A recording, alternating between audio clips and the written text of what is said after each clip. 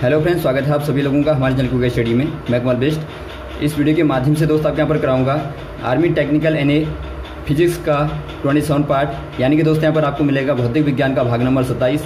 इससे पहले दोस्तों आपको 26 पार्टों में महत्वपूर्ण क्वेश्चन कराए जा चुके हैं, जहाँ पर आपने देखा श्रृंखला वाइज महत्वपूर्ण क्वेश्चन को दोस्तों जो आपके बार बार पूछे गए हैं और जिनकी बहुत पूछे जाने की संभावनाएं रहती हैं। तो आराम से दोस्तों आप टॉपिक को देखेंगे। यहाँ पर भी दोस्तों आपको भौतिक विज्ञान के महत्वपूर्ण क्वेश्चन मिलेंगे जो आपके बार बार पूछे गए हैं। तो सारे क्वेश्चनों को आप लगातार नोट करते रहेंगे दोस्तों, ताकि आप एग्जाम के पहले इनका रिवीजन कर पाएँ। तो शुरू करते हैं। कॉपी और पेन आप निकाल लेंगे ताकि आप सारे क्वेश्चन को आराम से नोट कर पाएँ। और दोस्तों यदि आपने हमारे चैनल को सब्सक्राइब ना किया तो प्लीज़ सब्सक्राइब कर लें, ताकि हमारी वीडियोज़ आपको लगातार मिलते रहें। तो शुरू करते हैं दोस्तों क्वेश्चनों को। देखिए पहला क्वेश्चन क्या दिखाई देता है दोस्तों आपको, प्रकाश की कण प्रकृति किसके द्वारा दिखाई जा सकती है। यानी कि दोस्तों आपको बताना है the particle nature of light is demonstrated by which of the following. दोस्तों यहाँ पर देखिए जो प्रकाश के नेचर होते हैं दोस्तों, यानी कि जो लाइट का जो नेचर होता है ये दोस्तों आपका ड्यूल नेचर होता है। ड्यूल नेचर कहने का मतलब होता है दोस्तों आपकी द्वैत प्रकृति होती है। द्वैत प्रकृति यानी कि दो प्रकार का नेचर होता है। इसमें दोस्तों पहला वाला आपका आता है वेव नेचर। वेव नेचर यानी कि दोस्तों एक प्रकार से आप कहेंगे तरंग का गुण होता है। और दूसरा होता है दोस्तों पार्टिकल का नेचर। पार्टिकल का नेचर यानी कि दोस्तों कण की प्रकृति होती है। यदि आप देखें दोस्तों वेव के नेचर में, तो ये भी बार बार पूछा जाता है कि बताइए कौन सा वाला प्रयोग होता है जिसके द्वारा आपको यह पता लगता है कि जो लाइट होती है वो वेव के नेचर में होती है, यानी कि तरंग के गुण में होती है। ये दोस्तों आपके यहाँ पर होता है डिफ्रैक्शन। यहाँ पर आपको दिखाई दे रहा है जो डिफ्रैक्शन होता है दोस्तों, यानी कि जो विवर्तन होता है वो क्या दिखाता है दोस्तों। मान लीजिए कोई आपने होल लिया यहाँ पे, या फिर कोई आपने दोस्तों ऑब्स्टिकल लिया, तो यहाँ से जब प्रकाश आ रहा होता है दोस्तों फैला हुआ, तो आप देखते हैं कि किनारों से मुड़ता हुआ अंदर को चला जाता है और बाद में फिर से फैल जाता है। तो यहाँ पर आप क्या देखते हैं दोस्तों, प्रकाश का जो मुड़ना होता है ये दोस्तों आपका डिफ्रैक्शन कहलाता है। और इससे आपको मालूम होता है कि ये दोस्तों एक प्रकार से क्या नेचर है, वेव का नेचर है। क्योंकि पार्टिकल का नेचर होता तो यहाँ से चला जाता है इधर को, क्योंकि पार्टिकल को दोस्तों आप एक गेंद की तरह देख सकते हैं, यहाँ से निकल जाएगा। लेकिन यदि वेव के नेचर में होगा तो ये अंदर को मुड़ जाएगा। तो यहाँ से देखते हैं दोस्तों आपका वेव नेचर होता है। जबकि आप बात करें दोस्तों पार्टिकल के नेचर की, यानी कि कण के नेचर की दोस्तों, तो ये आपका यहाँ पर होता है फोटो इलेक्ट्रिक इफेक्ट के द्वारा। आपको पहला वाला ऑप्शन दिखता है जो फोटो इलेक्ट्रिक इफेक्ट होता है दोस्तों, फोटो इलेक्ट्रिक इफेक्ट, या फिर आप कहें प्रकाश वैद्युत प्रभाव, वैद्युत प्रभाव कहेंगे। ये दोस्तों आइंस्टाइन ने दिया था, आइंस्टाइन ने दिया था दोस्तों। इनके अकॉर्डिंग क्या था, देखिए मान लीजिए कोई आपने फोटो इलेक्ट्रिक प्लेट को लिया। ये फोटो इलेक्ट्रिक प्लेट है जो कि दोस्तों क्या होती है, लाइट के प्रति सेंसिटिव होती है। सेंसिटिव कहने का मतलब है संवेदी होती है, यानी कि जब आप इस पर प्रकाश को डालेंगे तो इस पर दोस्तों क्या होगा, प्रभाव पड़ेगा। तो यहाँ से देखिए दोस्तों आपने प्रकाश को लिया, जो लाइट होती है, लाइट कैसे फॉर्म में होती है दोस्तों, आपने पढ़ा होगा ये छोटे छोटे पैकेटों के फॉर्म में मानी जाती है। जो पैकेट होते हैं, छोटे छोटे पैकेट होते हैं, उनमें से प्रत्येक पैकेट को दोस्तों आप क्या बोलते हैं, फोटोन बोलते हैं। और फोटोन की जो एनर्जी होती है दोस्तों वो क्या होती है, hv होती है, जहाँ पर h आपका प्लांक कॉन्स्टेंट है और v दोस्तों फ्रीक्वेंसी होती है। तो यहाँ पर देखिए दोस्तों जो फोटोन होगा दोस्तों एक प्रकार से पैकेट के फॉर्म में होगा। तो ये फोटोन टकराने के बाद में दोस्तों यहाँ से एक इलेक्ट्रॉन को रिमूव करता है, और इलेक्ट्रॉन को निकालने के बाद दोस्तों क्या होता है, और यही इलेक्ट्रॉन दोस्तों क्या करता है, सर्किट में धारा को प्रवाहित करता है। तो यहाँ से आप देखते हैं दोस्तों ये एक प्रकार से क्या है, पार्टिकल के नेचर में है। जैसे आप एक गेंद को मारते हैं, माना यहाँ पर एक गेंद है और एक गेंद यहाँ पर है, आपने इस पर मारा तो यहाँ से दोस्तों गेंद डिस्प्लेस हो जाती है, निकल जाती है। तो यहाँ से आपको क्लियर पता लगता है दोस्तों ये क्या है, एक प्रकार से पार्टिकल का नेचर है। तो ऑप्शन नंबर आपका ए वाला सही हो जाएगा। जो पार्टिकल का नेचर शो करता है वो आपका फोटो इलेक्ट्रिक इफेक्ट शो करता है। तो यहाँ पर आप ए वाले में टिक कर देंगे। अगला क्वेश्चन देखिए दोस्तों, जब एक ध्वनि स्रोत किसी स्थिर श्रोता तक पहुँचता है तो उत्पन्न तरंग दैर्ध्य, यानी कि दोस्तों यहाँ पर आपको पूछा गया है as source of sound approaches a stationary listener the apparent wavelength. दोस्तों यहाँ पर देखिए मान लीजिए कोई यहाँ पर ध्वनि का सोर्स है, यानी कि यहाँ पर कोई साउंड का दोस्तों सोर्स है, और ये दोस्तों लगातार यहाँ पर कोई लिसनर है, यानी कि सुनने वाला कोई व्यक्ति यहाँ पर है। तो ये लगातार सोर्स क्या करेगा दोस्तों, यदि इसके पास आएगा, नियर आएगा, तो क्या होगा दोस्तों, यहाँ पर आपको बताना है जो वेवलेंथ होती है साउंड की, जो वेवलेंथ होगी यानी कि जो तरंग दैर्ध्य होगी, उस पर दोस्तों क्या प्रभाव पड़ेगा, वो बढ़ेगी यानी कि इंक्रीज होगी, या डिक्रीज होगी, या फिर स्टे सेम यानी कि समान रहेगी, या कोई नहीं। यहाँ पर देखिए दोस्तों जब साउंड का सोर्स पास आएगा तो आप जानते हैं जो डॉपलर इफेक्ट है उसके अकॉर्डिंग क्या होता है दोस्तों, साउंड की फ्रीक्वेंसी क्या हो जाएगी, लगातार तीव्र हो जाएगी, यानी कि जो आवृत्ति होती है दोस्तों, जो कानों में चुभने वाली एक प्रकार से पिच होती है, यहाँ पर आप कहेंगे पिच होती है जो दोस्तों, वो क्या हो जाएगी, वो दोस्तों आपकी बढ़ जाएगी, यानी कि इंक्रीज हो जाएगी। और पिच के बढ़ने से क्या होगा दोस्तों, यदि आपका पिच बढ़ेगी तो क्या हो जाएगा, फ्रीक्वेंसी बढ़ जाएगी, इंक्रीज हो जाएगी। और यदि फ्रीक्वेंसी यानी कि आवृत्ति बढ़ती है दोस्तों, तो वहाँ पर तरंग दैर्ध्य क्या हो जाएगी, यानी कि वेवलेंथ दोस्तों डिक्रीज हो जाएगी, यानी कि कम हो जाएगी दोस्तों। क्योंकि आप जानते हैं जो तरंग दैर्ध्य होती है दोस्तों, वो फ्रीक्वेंसी की इन्वर्सली प्रोपोर्शनल होती है, 1/λ कहते हैं। यानी कि तरंग दैर्ध्य बढ़ती है दोस्तों, तो वहाँ पर आवृत्ति घटेगी, और जहाँ पर आवृत्ति बढ़ेगी वहाँ पर तरंग दैर्ध्य कम हो जाएगी। तो यहाँ पर आप देखते हैं जैसे ही दोस्तों आपका साउंड सोर्स नियर आएगा, तो यहाँ पर दोस्तों साउंड की फ्रीक्वेंसी ज़्यादा हो जाएगी, यानी कि जो पाथ है दोस्तों वो कैसा हो जाएगा, वो एक प्रकार से आपका छोटा छोटा हो जाएगा। और यहाँ पर जो वेवलेंथ है दोस्तों वो कम हो जाएगी। तो यहाँ पर आपका हो जाएगा ऑप्शन नंबर बी वाला, जो वेवलेंथ है वो दोस्तों घट जाएगी, यानी कि डिक्रीज हो जाएगी। अगला क्वेश्चन देखिए दोस्तों, सामान्यतः तरंग दैर्ध्य निम्न में किस में मापी जाती है। यानी कि दोस्तों यहाँ पर आपको बताना है, अ wavelength is commonly measured in which of the following. दोस्तों यहाँ पर देखिए जो वेवलेंथ होती है, वेवलेंथ यानी कि दोस्तों आप तरंग दैर्ध्य बोलते हैं, इसको दोस्तों आप काहे में मापते हैं, तरंग की जो दोस्तों आपकी तरंग दैर्ध्य होती है, ये आपके यहाँ पर यहाँ से लेके यहाँ तक का साइकिल का जो यहाँ पर माप होती है, इसको दोस्तों आप क्या बोलते हैं, तरंग दैर्ध्य बोलते हैं। इसको दोस्तों आप खास तौर पर लैम्डा से रिप्रेजेंट करते हैं। और यदि आप बात करें दोस्तों इसका मेजरमेंट काहे में करते हैं, तो आप दोस्तों एंगस्ट्रॉम में करते हैं। आपने देखा होगा एंगस्ट्रॉम में इस प्रकार से लिखा रहता है। तो यहाँ पर आपको दिया है दोस्तों ऑप्शन नंबर बी वाला, एंगस्ट्रॉम आपका सही हो जाएगा। वैसे ही दोस्तों यदि आप बात करें रेडियन की, तो आप जानते हैं जो रेडियन होता है दोस्तों, ये काहे को मापता है, ये दोस्तों एंगल को मापता है, यानी कि कोण को दोस्तों मापता है रेडियन। और वैसे ही आप देखते हैं यहाँ पर आपको दिया है इलेक्ट्रॉन वोल्ट दिया दोस्तों, ये किसका मात्रक होता है, ये मात्रक होता है एनर्जी का, ये बार बार आता है, ऊर्जा का मात्रक होता है दोस्तों।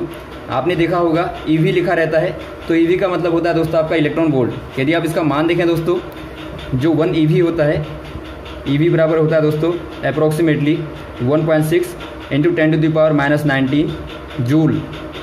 तो इसको भी आप याद रखेंगे, बार बार पूछा जाता है। तो ये दोस्तों एक प्रकार से क्या होता है, ऊर्जा का मात्रक होता है। और वैसे ही दोस्तों यदि आप बात करें सेकंड की, तो सेकंड क्या होता है, टाइम का मात्रक होता है। अगला क्वेश्चन देखिए दोस्तों, किसी अतिचालक रिंग में कोई विद्युत धारा कब तक बिना परिवर्तित हुए बहेगी। यहाँ पर दोस्तों आपको पूछा गया है, an electric current in a super conducting ring will theoretically flow unchanged. दोस्तों यहाँ पर देखिए आपको पूछा गया है, माना आपके पास में दोस्तों कोई रिंग है जो कि कैसी है दोस्तों, सुपर कंडक्टिव है, यानी कि दोस्तों एक प्रकार से अतिचालक है कह सकते हैं आप। अतिचालक की क्या खासियत होती है दोस्तों, यहाँ पर जो प्रतिरोध होता है, यानी कि जो रेजिस्टेंस होता है दोस्तों, वो जीरो होता है। यानी कि जो भी आपके सुपर कंडक्टर होते हैं, जो अतिचालक होते हैं दोस्तों, उनमें कोई भी प्रतिरोध नहीं होता। और यदि आपका प्रतिरोध नहीं होगा दोस्तों, तो क्या होगा, जो करंट होगी लगातार वो दोस्तों समान स्पीड के साथ में फ्लो करती रहेगी, यानी कि वहाँ पर दोस्तों किसी भी प्रकार का लॉस नहीं होगा।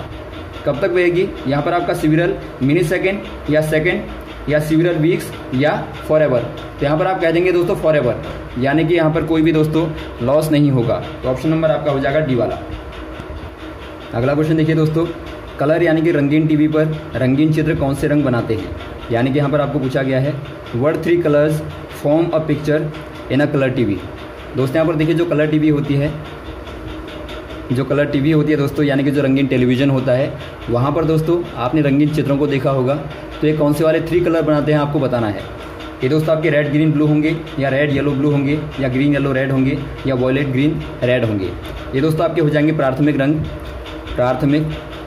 रंग दोस्तों, यानी कि आप कहेंगे प्राइमरी कलर जो होते हैं, जिनमें से दोस्तों आपका रेड होता है, ग्रीन होता है, और होता है दोस्तों आपका ब्लू, यानी कि आप कहेंगे लाल और हरा और दोस्तों नीला हो जाएगा। तो ऑप्शन नंबर आपका हो जाएगा पहला वाला दोस्तों, रेड ग्रीन ब्लू। अगला क्वेश्चन देखिए दोस्तों, भौतिकविद चैडविक को किसके लिए जाना जाता है, आपको बताना है। The physicist Chadwick is known for his association with. दोस्तों यहाँ पर देखिए जो चैडविक दोस्तों जो कि एक प्रकार के भौतिकविद हैं, भौतिक शास्त्री हैं। तो इनको दोस्तों कौन से वाले योगदान के लिए जाना जाता है आपको बताना है। यहाँ पर दोस्तों पहला दिया आपको द अल्फा पार्टिकल, या the neutron, the proton, the electron. दोस्तों यहाँ पर आपको एक हमने फॉर्मूला बताया था, ईंट पर नाच। तो यहाँ से आपको बताया था ईंट मतलब दोस्तों आपका होता है इलेक्ट्रॉन, और इलेक्ट्रॉन को दोस्तों डिस्कवर किया था थॉमसन ने। थॉमसन कहें या फिर आप टॉमसन कहें। तो यहाँ पर आपका हो जाएगा ईंट। फिर आपका पर है पै मतलब आपका प्रोटॉन और रे मतलब दोस्तों रदरफोर्ड, यानी कि दोस्तों प्रोटॉन की खोज की थी रदरफोर्ड ने। और वैसे आपका नाच कहने का मतलब है न्यूट्रॉन, डिस्कवर किया था चे मतलब चैडविक ने। तो यहाँ पर आप कह देंगे दोस्तों चैडविक ने न्यूट्रॉन को डिस्कवर किया था, ऑप्शन नंबर बी वाला। और वैसे दोस्तों जो आपका अल्फा पार्टिकल होते हैं, जो अल्फा पार्टिकल हैं दोस्तों, एक प्रकार से हीलियम के जो न्यूक्लियाई माने जाते हैं, हीलियम के नाभिक माने जाते हैं, इनको दोस्तों किसके द्वारा डिस्कवर किया गया था? इनको भी दोस्तों किया था रदरफोर्ड ने। तो यहाँ पर आप याद रखेंगे ऑप्शन नंबर यहाँ पर हो जाएगा दोस्तों बी वाला। अगला क्वेश्चन देखिए दोस्तों, वह रंग जिसकी तरंगदैर्ध्य पीले रंग की तरंगदैर्ध्य से अधिक होती है, यानी कि दोस्तों यहाँ पर आपको बताना है the colour that wavelength longer than that of yellow is. दोस्तों यहाँ पर देखिए आपने पढ़ा होगा VIBGYOR। यहाँ पर आप देखते हैं दोस्तों ये आपका लगातार बढ़ते हुए वेवलेंथ के क्रम में है, यानी कि यहाँ पर आप देखते हैं दोस्तों इंक्रीजिंग ऑर्डर ऑफ वेवलेंथ, यानी कि यहाँ पर आप तरंगदैर्ध्य को दोस्तों लगातार बढ़ते हुए देखते हैं। यदि आप देखें दोस्तों वॉयलेट यानी कि बैगनी की, इसकी दोस्तों क्या होती है? शॉर्टेस्ट दोस्तों क्या होती है? वेवलेंथ होती है। और आप आर को देखें दोस्तों तो आर की क्या होती है? लॉन्गेस्ट होती है दोस्तों, यानी कि सर्वाधिक बड़ी होती है तरंगदैर्ध्य।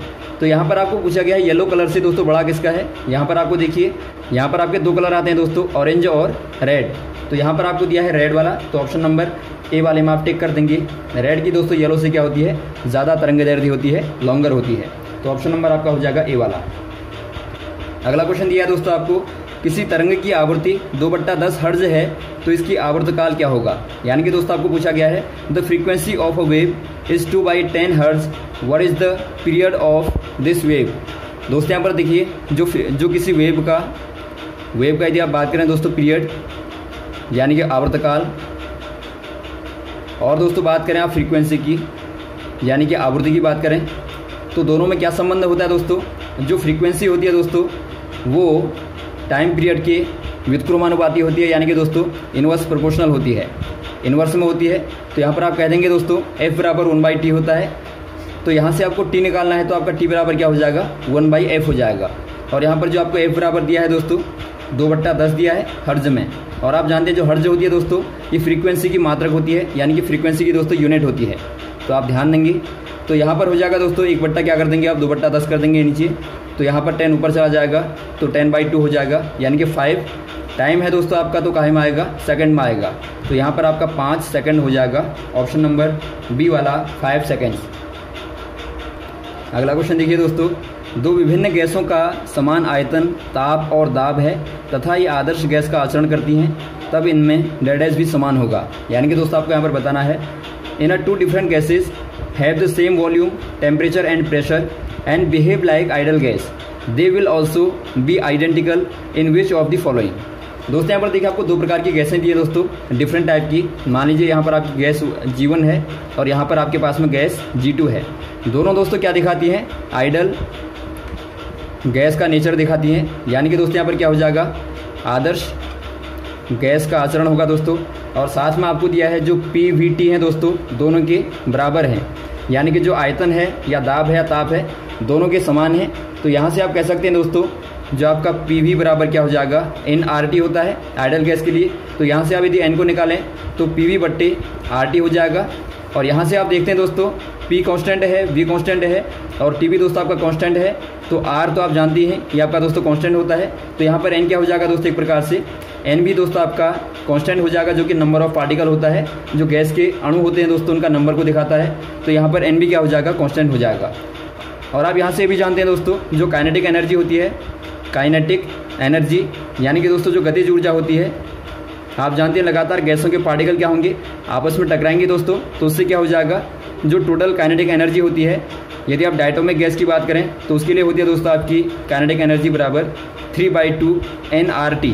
और यहाँ से आप देखते हैं n कांस्टेंट है, r कांस्टेंट है और t भी दोस्तों आपका कांस्टेंट है। तो यहाँ पर क्या हो जाएगा दोस्तों?